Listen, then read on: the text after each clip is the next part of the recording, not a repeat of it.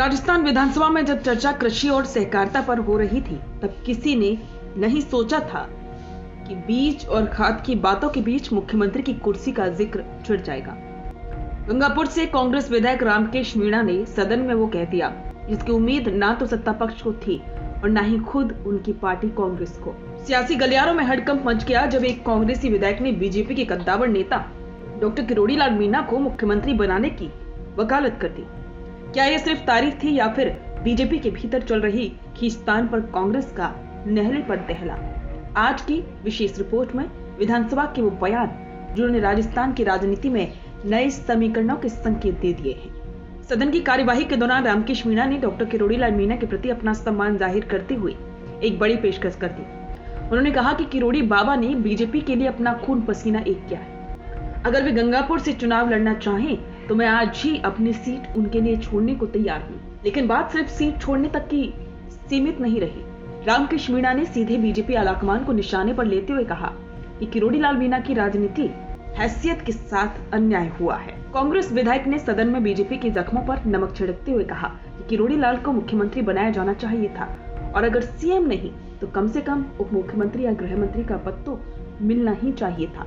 रामकेश मीणा का सबसे गंभीर आरोप था राजनीतिक षड्यंत्र। उन्होंने दावा किया कि किरोड़ी लाल के विभागों का बंटवारा करके उन्हें कमजोर करने की कोशिश की जा रही है।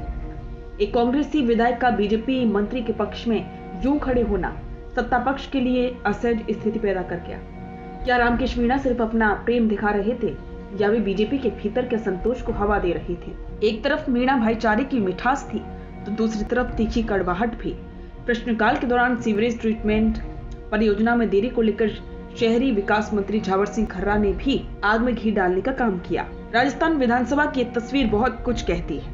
एक तरफ भ्रष्टाचार और टेंडरों को लेकर सत्ता पक्ष विपक्ष के आर पार की जंग है, दूसरी तरफ जातिगत ध्रुवीकरण और व्यक्तिगत रिश्तों का नया अध्याय लिखा जा रहा है। रामकेश मीणा का बयान क्या किरोड़ी लाल मीणा के लिए नई मुश्किलें पैदा करेगा या उनकी ताकत बढ़ाएगा?